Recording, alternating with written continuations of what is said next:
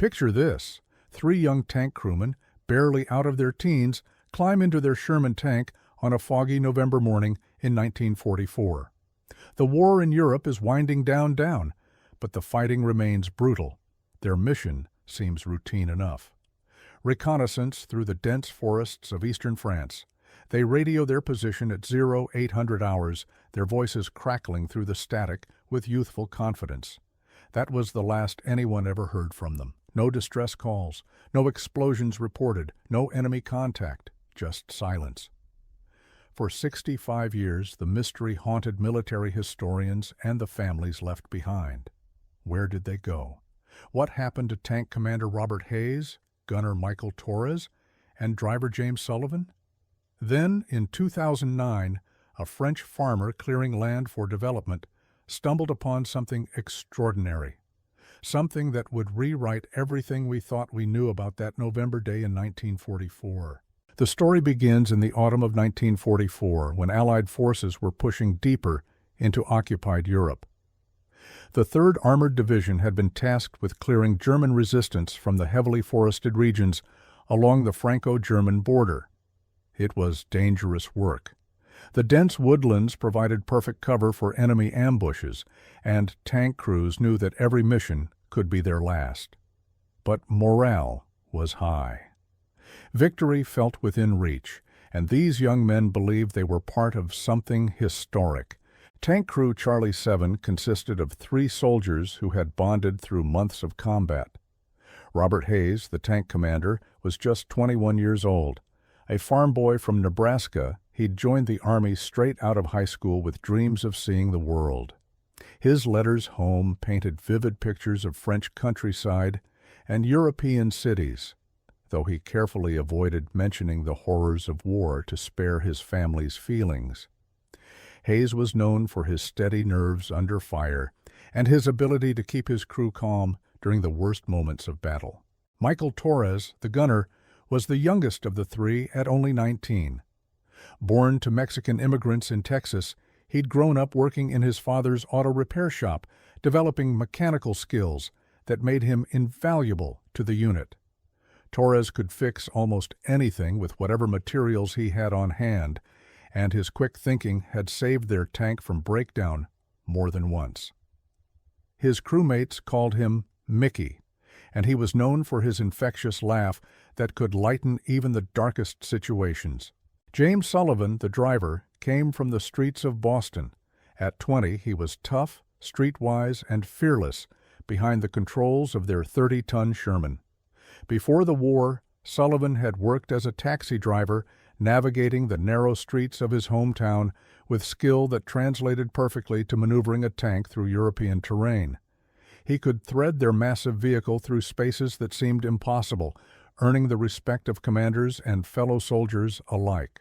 Together, they formed what military historians would later describe as an ideal tank crew. They trusted each other completely, communicated with the kind of shorthand that only comes from shared danger, and had survived some of the fiercest fighting of the European campaign. Their Sherman tank, designated as number 47, had earned a reputation for reliability and effectiveness. They'd painted a small shamrock on the turret, Sullivan's idea, for luck. November 15, 1944, dawned cold and misty in the forests of Alsace-Lorraine.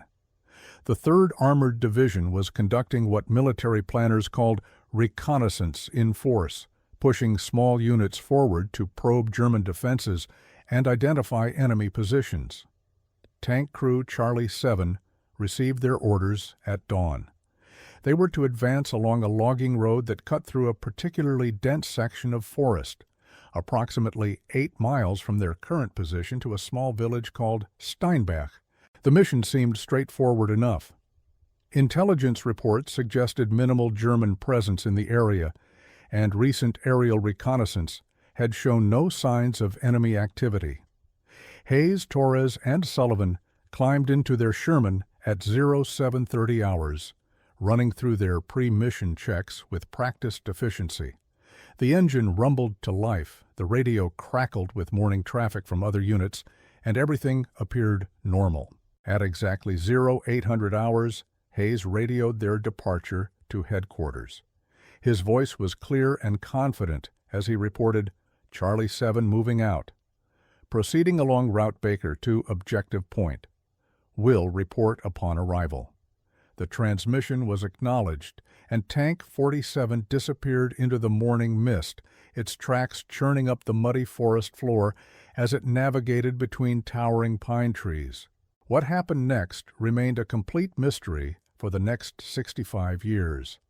No further radio transmissions were ever received from Charlie 7. When they failed to report their arrival at the objective point, concern began to mount. By evening, when they missed their scheduled check-in, search parties were organized. Other tank crews and infantry units combed the area along Route Baker, looking for any sign of Tank 47 or its crew. The search continued for 3 days.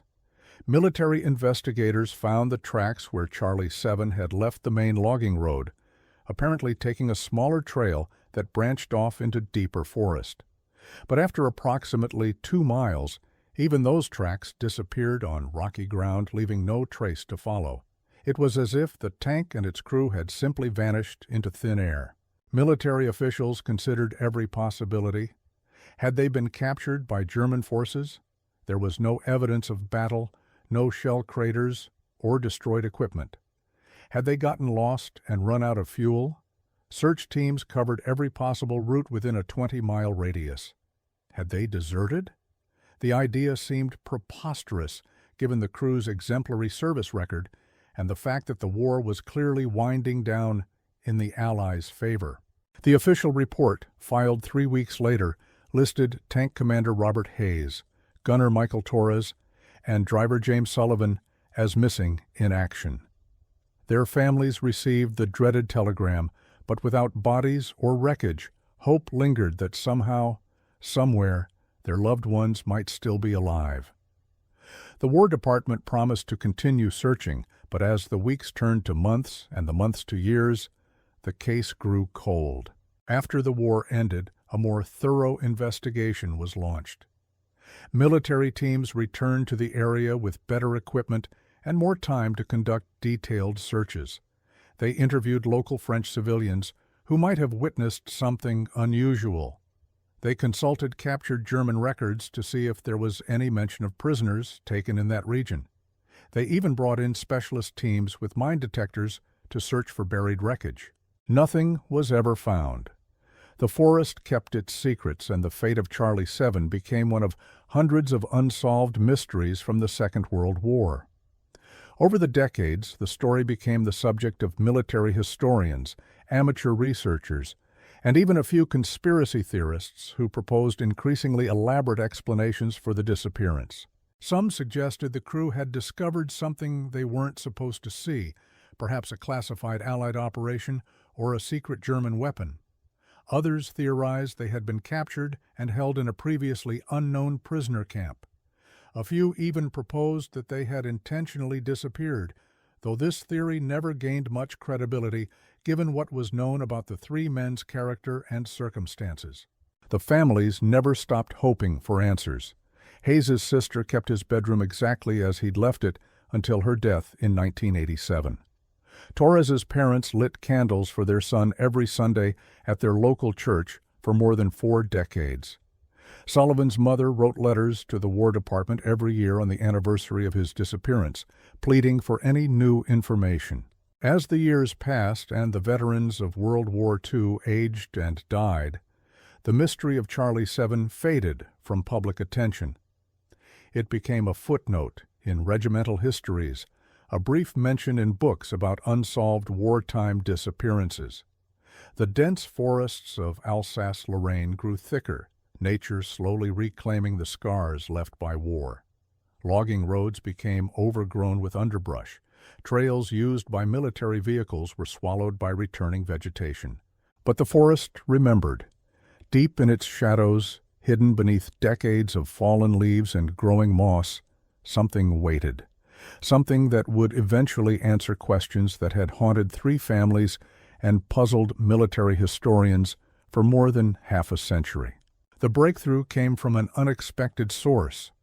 In 2009, a French property developer named Claude Dubois purchased a large tract of forested land with plans to build a residential community.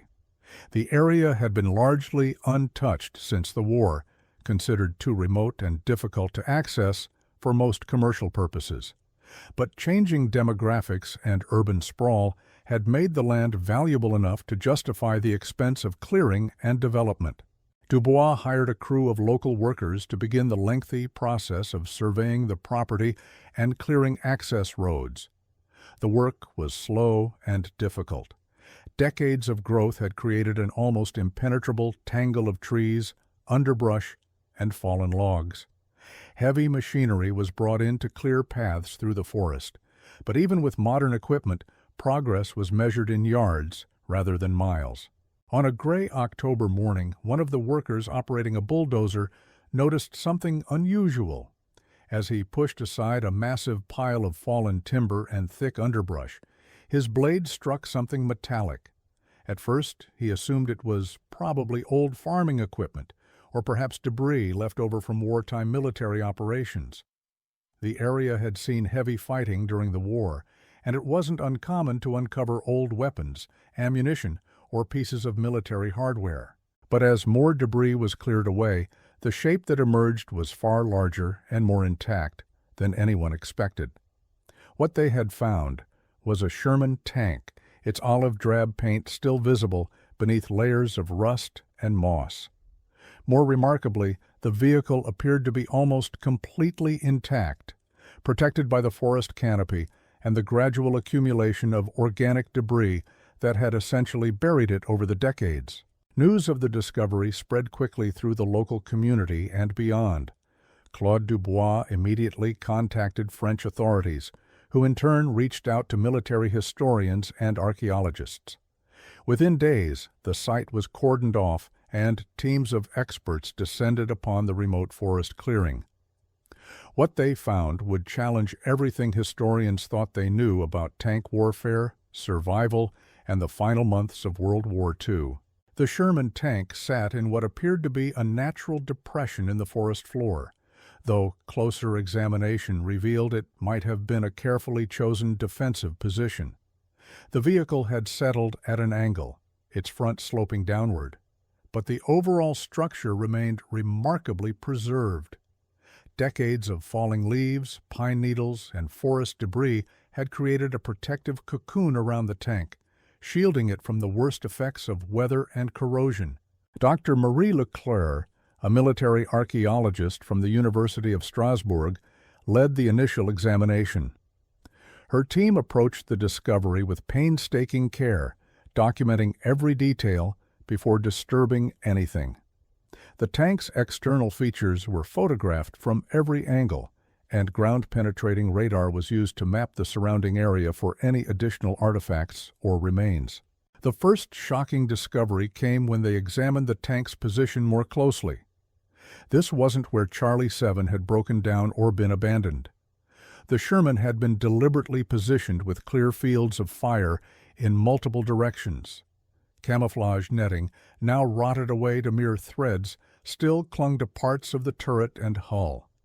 Someone had taken considerable time and effort to conceal this tank, turning it into what military tacticians would recognize as a prepared fighting position. Even more puzzling was the condition of the tank itself. Despite 65 years in the forest, many of its systems appeared to be in working order. The tracks, while rusted, were still intact. The main gun showed signs of recent use, with carbon scoring in the barrel that indicated it had been fired multiple times. Most remarkably, when experts managed to open the crew hatches, they found the interior in extraordinary condition. The inside of Tank 47 told a story that nobody had expected. Rather than the chaos of battle or the emptiness of abandonment, the crew compartment was organized like a lived-in space. Personal belongings were carefully stowed in every available nook and cranny. Photographs of families back home were taped to the interior walls. A small cooking stove, clearly improvised from spare parts, sat in one corner with a collection of empty food cans nearby. Most intriguingly, they found evidence that the tank had been occupied for an extended period. Blankets and sleeping bags were arranged in the crew positions, suggesting the men had been living inside their vehicle for weeks or possibly months. A crude calendar scratched into the metal hull showed hash marks extending well beyond November 15th, the date of their disappearance. The final mark was dated February 3, 1945, nearly 3 months after Charlie 7 had vanished. Dr. Leclerc's team discovered a cache of German military equipment stored in ammunition boxes behind the driver's seat. Uniforms, weapons, documents, and even several Iron Cross medals were carefully preserved in waterproof containers. The implications were staggering. Had Charlie 7 been conducting some kind of covert operation? Were they spying on German forces? Had they captured enemy soldiers? But perhaps the most significant find was a leather-bound journal hidden beneath Torres's gunner position. The journal, written primarily in Hayes's distinctive handwriting, but with occasional entries from Torres and Sullivan, documented their activities from November 15, 1944 through early February 1945. The entries painted a picture of 3 young men who had stumbled into something far more complex than a routine reconnaissance mission. The journal's first entry was dated November 16th, 1 day after their disappearance. Hayes wrote, "Found German observation post abandoned but intact.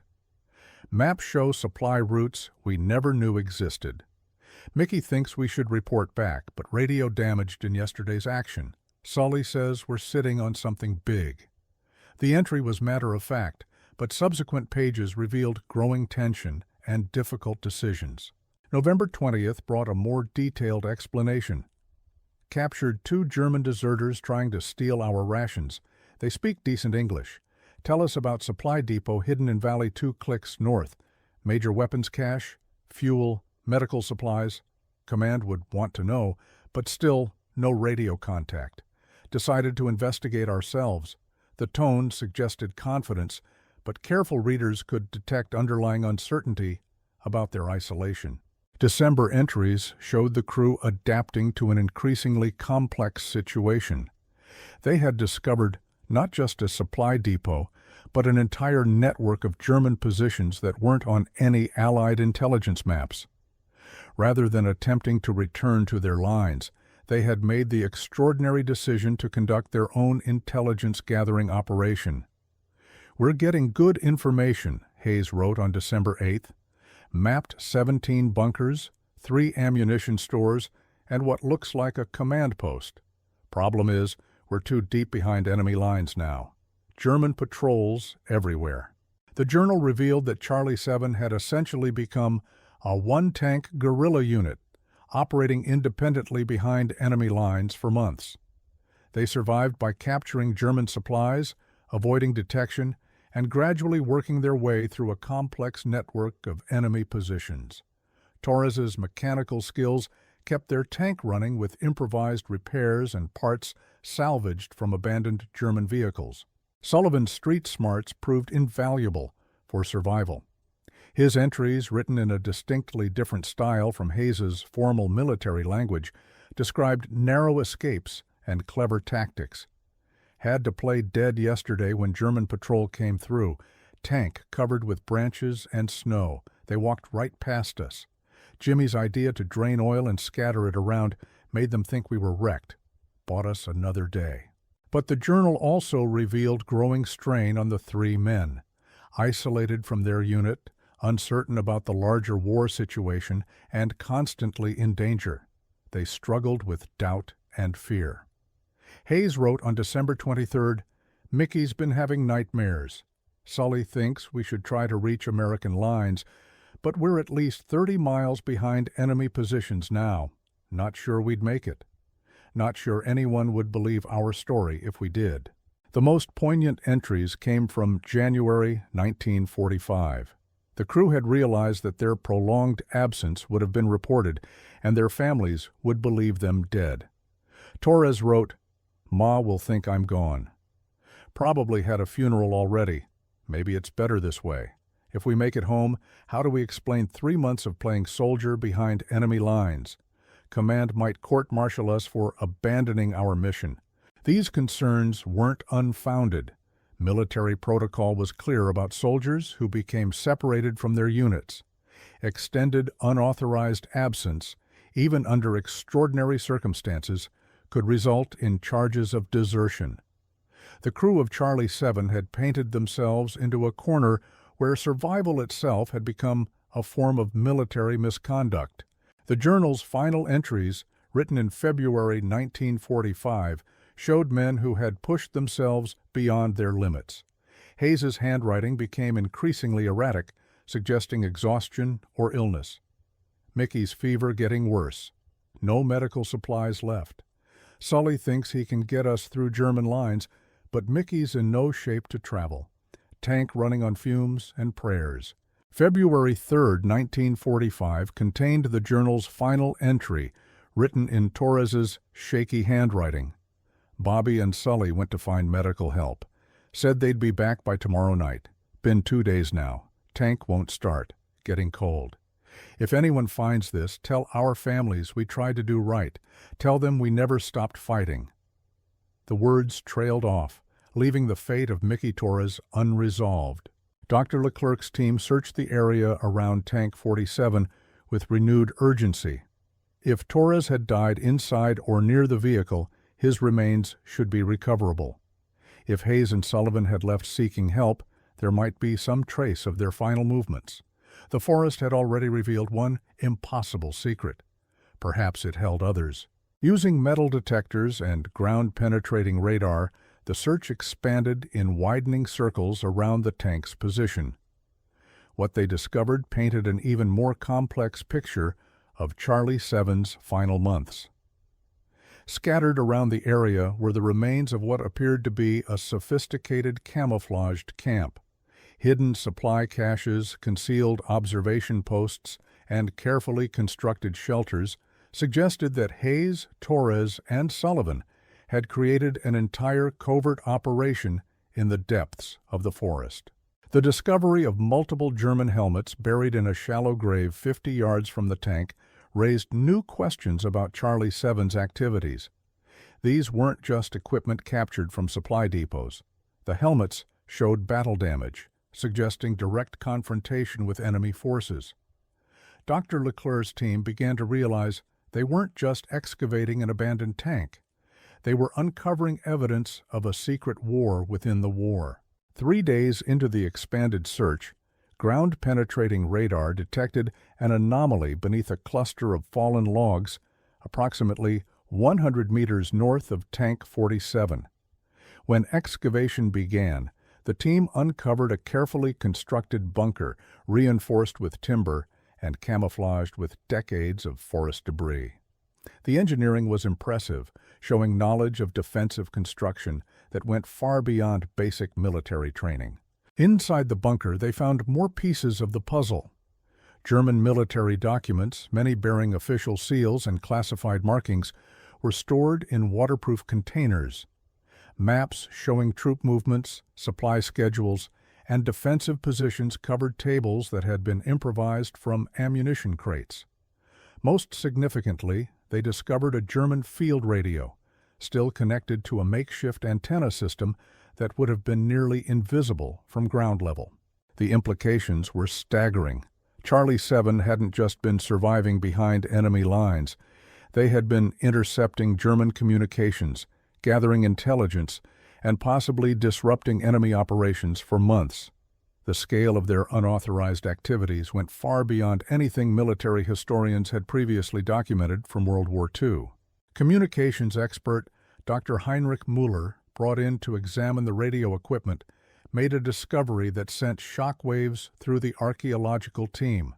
The German radio showed clear signs of modification, with additional circuits and components that could only have been added by someone with advanced technical knowledge. When he powered up the restored equipment, it functioned perfectly, capable of both receiving and transmitting on German military frequencies. But more disturbing was what they found when examining the radio's log. Someone had been keeping detailed records of intercepted German transmissions, decoded messages, and communication schedules. The handwriting matched samples from Torres's journal entries. Mickey Torres, the 19-year-old mechanic from Texas, had somehow learned to operate sophisticated German radio equipment and had been conducting signals intelligence operations with professional-level competence. The radio logs revealed the true scope of Charlie 7's impact on German operations in their sector. Beginning in late December 1944, German units in the area began reporting communication breakdowns, supply disruptions, and what they described as ghost attacks on isolated outposts. Ammunition convoys reported being stalked by an unknown enemy that struck without warning and disappeared without trace. One intercepted German message, dated January 18, 1945, described a systematic campaign of sabotage. Unknown enemy unit continues operations in Sector 7. Estimated strength unknown, but tactics suggest special forces training. Request immediate reinforcement and counterintelligence support. The message was signed by a German colonel who reported directly to regional command. Dr. Leclerc's team realized they were looking at evidence of one of the most successful behind-the-lines operations of the entire war. 3 young American soldiers, operating with no support and no authorization, had created such havoc that German command believed they were facing a dedicated special forces unit. The psychological impact on enemy morale had been enormous, but questions remained about the crew's ultimate fate. The journal ended abruptly in February, and despite extensive searching, no human remains had been found in or around Tank 47. Dr. Leclerc expanded the search radius again, this time focusing on areas that might indicate the direction Hayes and Sullivan had taken when they left to seek medical help for Torres. The breakthrough came from an unexpected source. Local historian Pierre Rousseau had been following the excavation with intense interest, and he approached Dr. Leclerc with information that his grandfather had shared decades earlier.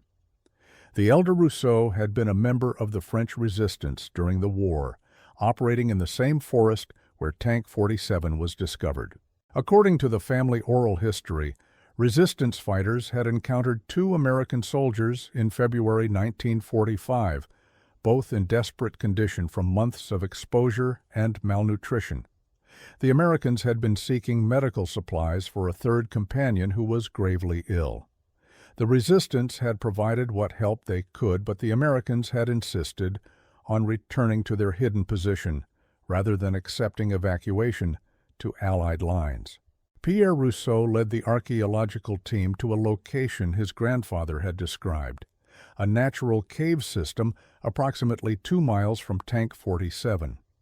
The caves had served as a resistance supply depot during the war, and local legends spoke of American soldiers who had appeared there like ghosts, traded for medical supplies, and vanished back into the forest.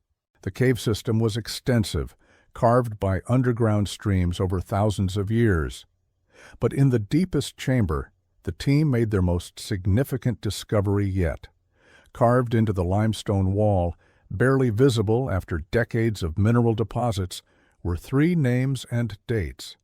Robert Hayes, November 22, 1923 to March 15, 1945.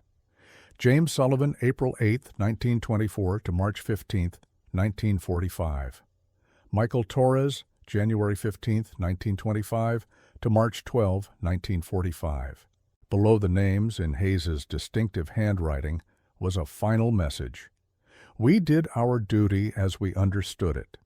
Tell our families we never stopped believing in what we were fighting for. Tell them we came home together. The inscription was dated March 16, 1945, suggesting that Hayes had survived long enough to carve this memorial to his fallen crewmates and himself.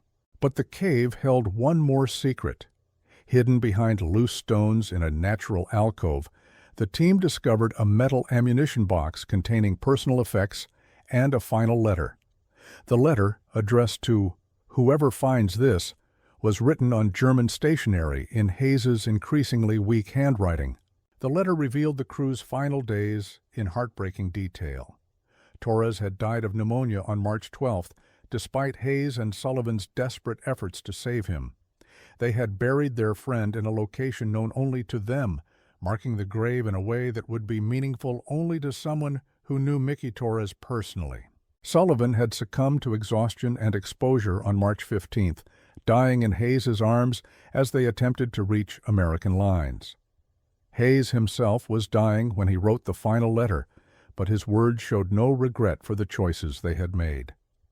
"We found something worth fighting for in these woods, not just stopping the Germans, but proving to ourselves that we could make a difference. Mickey said we were like knights in an iron castle, and I think he was right."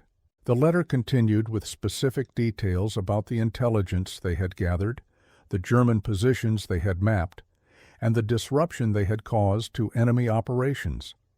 Hayes estimated they had intercepted over 200 German communications, sabotaged dozens of supply convoys, and eliminated at least 50 enemy soldiers through ambush and hit-and-run tactics. More significantly, Hayes revealed that they had discovered evidence of German plans for a final offensive in their sector, scheduled for late February 1945. By disrupting communications and eliminating key personnel, Charlie 7 had played a role in preventing what could have been a major German counterattack. Command never knew what we found, but maybe it didn't matter. We stopped something bad from happening. Dr. Leclerc's team spent weeks verifying the claims in Hayes's final letter against German military records captured after the war. What they found confirmed the extraordinary impact of Charlie 7's unauthorized mission. German after-action reports from early 1945 described a sector that had become effectively uncontrollable due to constant harassment by unknown forces. The planned German offensive Hayes mentioned was documented in captured planning documents. The operation had been canceled due to communication breakdowns, supply shortages, and the elimination of key officers. Military historians realized that 3 young Americans, acting entirely on their own initiative, had unknowingly prevented what could have prolonged the war by months. But questions remained about the crew's final resting places. Hayes's letter mentioned specific landmarks for the graves of Torres and Sullivan, but 65 years of forest growth had changed the landscape dramatically. The search for their remains became a mission of honor for Dr. Leclerc's team, driven by the desire to finally bring these heroes home. Using Hayes's detailed descriptions and ground-penetrating radar, the team focused their efforts on areas that matched the geographical features mentioned in the letter. Torres's grave was discovered first beneath what had grown into a massive oak tree. The young gunner had been buried with military honors as best his crewmates could manage, wrapped in a German camouflage tarp with his dog tags and personal effects. Sullivan's grave was found near a distinctive rock formation Hayes had described as looking like a sleeping giant. The Boston taxi driver had been laid to rest with equal care, his wallet containing pictures of his family still preserved after more than 6 decades underground. Both men had been buried with their weapons and what personal effects their crewmates could gather. Hayes himself was never found in the cave system despite extensive searching. But local records from the village of Steinbach, the original destination of Charlie 7's November mission, provided a final clue.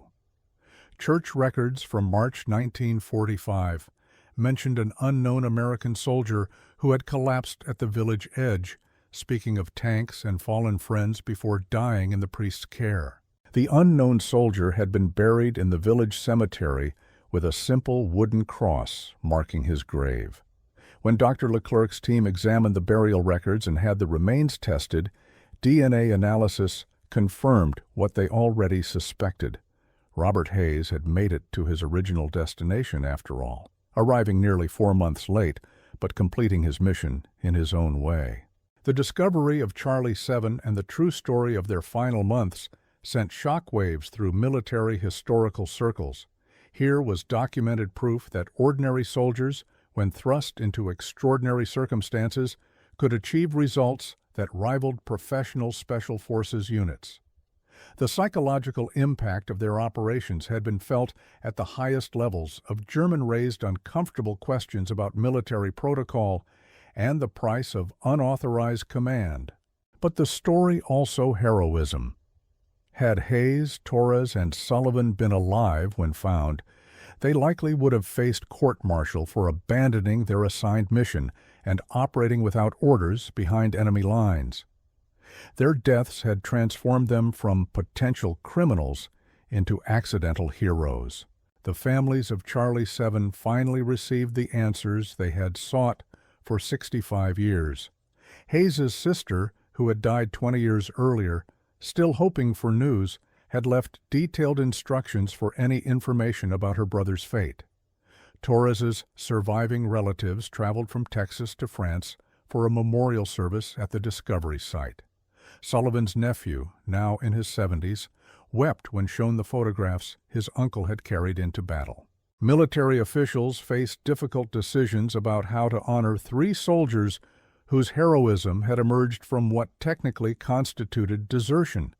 The unauthorized nature of their operations complicated efforts to award posthumous medals, but public pressure and historical evidence eventually led to recognition of their extraordinary service. The French government designated the Tank 47 Discovery site as a memorial to Charlie 7 and all soldiers who went missing in action during World War II. The Sherman tank itself was carefully removed from the forest and restored to museum condition, becoming the centerpiece of a new exhibit dedicated to the human cost of war and the extraordinary courage of ordinary people. Dr. Leclerc's final report on the Charlie 7 discovery ran to over 400 pages, documenting every aspect of their remarkable story. But she concluded with a simple observation that captured the essence of what they had uncovered. These 3 young men remind us that history is not just made by generals and politicians. Sometimes it is made by people who simply refuse to give up, who find ways to keep fighting even when the world has forgotten they exist. The mystery that had haunted 3 families and puzzled historians for 65 years was finally solved. But the story of Charlie 7 had revealed something larger about the nature of courage, duty, and the price of doing what seems right in impossible circumstances. Their forest had kept its secrets for more than half a century, but when those secrets finally emerged, they told a story that nobody could have imagined. The restoration of Tank 47 revealed even more secrets that had remained hidden beneath decades of rust and forest debris. When museum specialists began the painstaking process of cleaning and preserving the Sherman, they discovered modifications that would have impressed professional engineers. Torres had essentially rebuilt major components of the tank using parts salvaged from German vehicles, creating hybrid systems that kept their war machine operational far longer than should have been possible. The tank's engine compartment showed evidence of at least 7 different repair jobs, each one more ingenious than the last. German fuel pumps had been adapted to work with American systems. Enemy radio components had been integrated into their communication equipment. Even the tank's main gun had been modified with German ammunition handling mechanisms that increased their rate of fire significantly. Museum director François Beaumont described the technical modifications as revolutionary. What these boys accomplished with basic tools and spare parts represents engineering innovation that would challenge modern mechanics. They essentially created a new type of fighting vehicle using nothing but determination and mechanical brilliance. But perhaps the most remarkable discovery came when restoration experts examined the tank's armor plating. Hidden beneath layers of camouflage paint and forest grime, they found dozens of impact marks from German anti-tank weapons. Charlie 7 hadn't just been conducting reconnaissance and sabotage operations. They had been engaged in active combat, surviving direct hits that should have destroyed their vehicle and killed everyone inside. Ballistics experts analyzed the damage patterns and concluded that Tank 47 had survived at least 12 separate engagements with German forces.